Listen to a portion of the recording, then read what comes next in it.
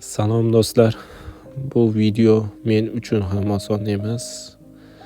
Chunki 1,5 yil, ya'ni 2 yil yaqin mobaynida birinchi marta bunday qiyin holatlardan biriga duchor bo'ldim. Chunki Germaniyada birinchi operatsiyamni boshimdan o'tkazdim. Bu musofirchilikda menga ancha qiyin tushdi.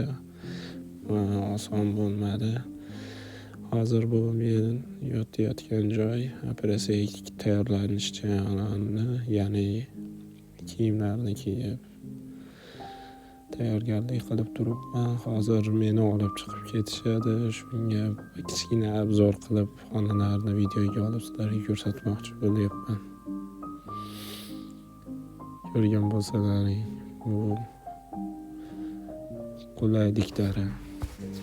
Sharoitlari yomon emas. Boshida kirishdan oldin juda qo'rqdim to'g'risi.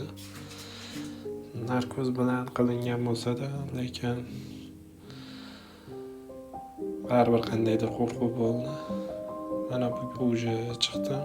Chiqqanimdan keyin menga shikab, ya'ni hamma joylarni ko'rsatishdi. Ba'da nima bo'lib turganiga ahamiyat bermaysizlar, chunki joylashga o'zimda unchalik kuch topa olmadim. Keyinchalik qo'yib chiqdim. Mana bu yerda stol, shu ovqatlanishga, nima bo'lishiga hamma yoq sharoitlarini ko'rib turishlaring mumkin.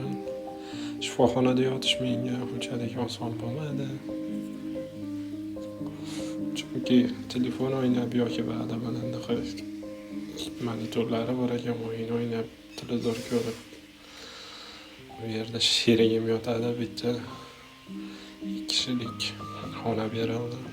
Bu bilan suv ichib, pechenye yeb, gaplashib, Rossiyadan kelgan rus odam ekan, u bilan ham gaplashib, zerikmasdan vaqt o'tkazishga harakat qildik. Boricha musofirda kasal bo'lmanglar, hammalari Alloh panohida bo'linglar.